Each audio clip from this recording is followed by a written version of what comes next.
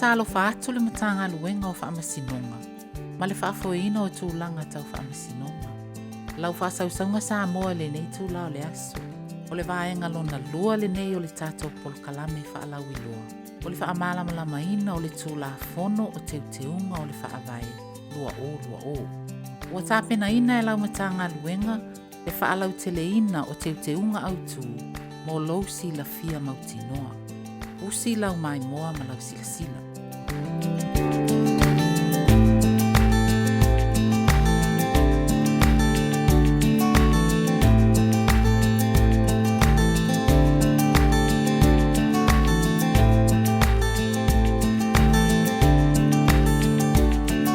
TULAFONO o TEUTEUGA o le whaavae lua whenua sifuru. Vaenga lua, ai a tatau, TEUTEUGA nu tau poe whaa. Painga e whai ai le whaamaluina o ai a tatau. Te ia vangana ai, na tā upo ilo i longa whaamasinonga. Tātula i mai, tau o rumanga i tono o le vaenga iwa. Whaamasinonga o whanua masuafa. Ma whai e so si tangata, ona tā o sanga i whaamasinonga sili. Tau o rumanga tatau, ina ia whaamaluina ai a tatau, pei on tu ina atu. Tusa mai a inga o le nei vaenga. O le TEUTEUGA le nei, ua mawhai ai e so o se tangata e via whai a seilo i longa whaamasinonga o se whai unga o le whaamasinonga o whanua masuafa. Ona whaaulu se talasanga mo seilo i longa whaamasinonga i le whaamasinonga talasanga ma ilo i longa. I lalo o le vaenga iwa o le whaavae. O le nei TEUTEUGA ua whaavae ai le whaatuina o le whaamasinonga talasanga ma ilo i longa o whanua masuafa. Malana puleanga e anga waa ai e tango fia nei matau. Vaenga ono, whaamasinonga, TEUTEUGA nu tau poe ono valu, whaamasino sienia o le whaamasinonga sili. Le ato fia e lea o le malo i lunga o le whautuanga o le whaamasino sili. Se whaamasino o le whaamasinonga sili, e avea o le whaamasino sienia o le whaamasino sili. O se tofinga fōle nei i lalo o le whaavae. O le anganga o le nei TEUTEUGA, ina i angalulue so tau au le whaamasino sienia. Ma le whaamasino sili i le whaafoina o ngaluenga al whaamasinonga sili. Ma ia vāsanga tutusa ma le tofinga o le whaamasino sinia o le whaamasinonga whaitu malo. Tau fitu sifuru, uleanga, jurisdiction, le whaamasinonga sili, e whaatatau i tau pu uma o le whaavae, se ia vangana ai, le vaenga iwa, whaamasinonga o whanua masuafa. Au fia ai le puleanga whaavae, talosanga, mailo i longa. O loo tu mau pea le puleanga al whaamasinonga sili i mata o pu uma o le whaavae. Se ia vangana ai le vaenga iwa o whanua masuafa. Ta upu fitu tolu, whaavae ina ma le whaatulanganga o le whaamasinonga o talosanga. Sui o le laulau o le whaamasinonga o talosanga, o rafopio. Mua whaamasino sili a Samoa, e the Empress Tene. Lua, whaamasino o le whaamasinonga sili a Samoa. Tolu, whaamasino li taia o le whaamasinonga sili a Samoa. Vaenga whaatangata e anga wa atusa o whaamasino o le whaamasinonga sili a Samoa. Tō fia le ao le malo i lunga o le whautuanga le komisio ngā luenga tau whaamasinonga. Ona winga o le president e whaamasino e tō lua. O le anganga o le nei TEUTEUGA, ina ia whaonga ina tangata anu o Samoa o lo o iai tō mai maanga waa ua whaatuatua i le whaafoina o le whaamasinonga o talasanga. Ua tatala le awanoa e anga waa ai se whaamasino li taia o le whaamasinonga sili o Samoa. I le laulau e whaatautai o le whaamasinonga o talasanga. Ta upu fitu iwa, komisio ngā luenga tau whaamasinonga. Sui o le komisi e au fiai, mua whaamasino sili e lea mataitai fono. Lua lo ia sili ale malo, tolu sui o le atunu, wha komisino sulu whainga lima, whaamasino li taia o le whaamasinonga sili. Ono le restara e lea mwhailau tusi.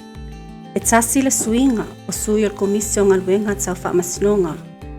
O le komisino sulu whainga, ua sui tūlanga i le presidente o le whaamasinonga o whanua masuafa. Vaenga iwa whaamasinonga o whanua masuafa, TEUTEUGA nu tau putasi o wha. Upuinga o whanua whalanganu o masuafa, whaatūlanga ina o le whaamasinonga o whanua masuafa. Mua whaamasinonga mua o whanua masuafa. Lua whaamasinonga mawalunga o whanua masuafa. Ma le whaamasinonga o tāo sanga mai loilonga o whanua masuafa. Ana puleanga tuto o tasi whaapitoa e awhia ai. Tau putau i tū mga nuu wha Samoa maro nā tū wha o ngaina. Customs and usage. E wha te tau i sua whamatai ma ele wha leanga nuu. Ma puipuinga o ai a te tau i anga nuu wha Samoa. Custom rights. O vaenga tāua I lalo o whaavae, o lea ua whaamanino mai ai le whaatūlanga fou o whaamasinonga o whanua masuafa, I ona whaamasinonga e tolu. I le taimi nei, e na o le tasi le whaamasinonga o whanua masuafa, e anga vaatangata uma I le puipuinga o ala atou ai atatau I anga nuu wha Samoa. Teu ina na tau putasi o wha whaamasinonga mua o whanua masuafa. O whaawawina le whaamasinonga o rua isu enga o whanua masuafa. Le whaamasinonga e whaamawina. Na tau sia tau arumanga, Board of Record. Tui o le laulau e au fiai, Presidente langolango e vea mataitai. To o lua whaamasino pesi viatu o whaamasinonga o whanua masuafa. O tu mau peala na pule anga whaavae. Ai o ana whai unga e mwhaiona I loiloina I staro sanga le whaamasinonga mawalunga o whanua masuafa. Tau putasi o whaapi, whaamasinonga mawalunga o whanua masuafa. Whaawawina o le vaenga o staro sanga o le whaamasinonga o whanua masuafa. Whaamasinonga mawalunga, whaamawina matausia tau arumanga. Superior Board of Record. Tui o le laulau, e au fiai le Presidente, po o le sui Presidente e vea mataitai. To o lua Presidente langolango, o se to o lua whaamasino, e ai aini ai awhitenai. Ua whaawawina e le whaamasinonga mawalunga o whanua masuafa le vaenga o talasanga o le whaamasinonga o whanua masuafa. E pei ona whaingoaina I lalo o le tulafono tasiva valtasi.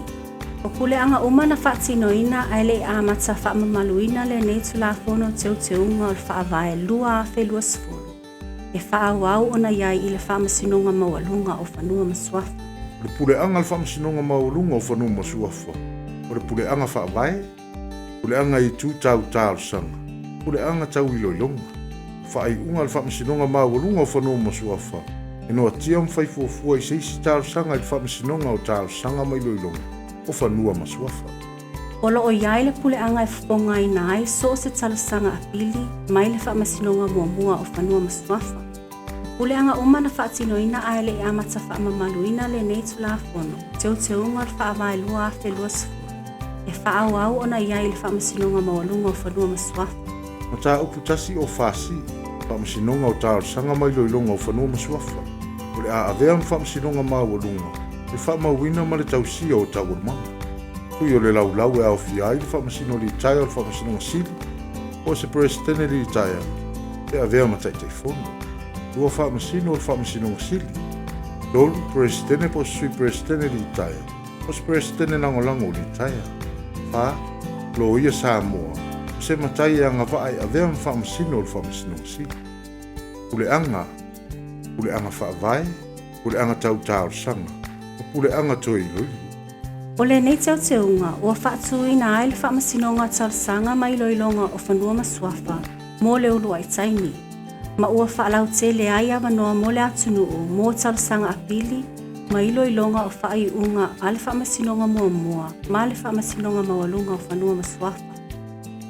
O le tofieina o sui o le laulau. O le taitaifono e tofieina le ao le malo I lunga o le whautuanga al kabineta. O le whaamasino o le whaamasinonga sili e tōwhia le ao le malo I lunga o le whautuanga a le whaamasino sili. O le sui Presidente li taia malilo ia Samoa e tōwhia le ao le malo I le whautuanga a le Presidente. Ma tā upu tāngo fia e au fiai a pili o whai unga o le whaamasinonga mawalunga o whanua masuafa. Loilonga whaamasinonga o le whai unga o le whaamasinonga muamua. O whai unga o le whaamasinonga mawalunga o whanua masuafa. Judicial Review. Mama tā upu tau whaavai o whisiringia. Malona whaawinga ina, constitutional question, o interpretation. Whai unga e mausali, rona winga, e le mawhaiona whisiringia I se isi whaamasinonga. Tā upu tasi o whae, komisi o le whaamasinonga o whanua masuafa. Sui au wai o le komisi au fiai le Presidente o whanua masuafa e vea mataifono, whaamasino o le whaamasinonga sili, taitaifono o komisi o le au whai ngā ruenga le malo. Ma le resitaro o whaamasinonga o whanua masuafa e avea mawhailau tusi.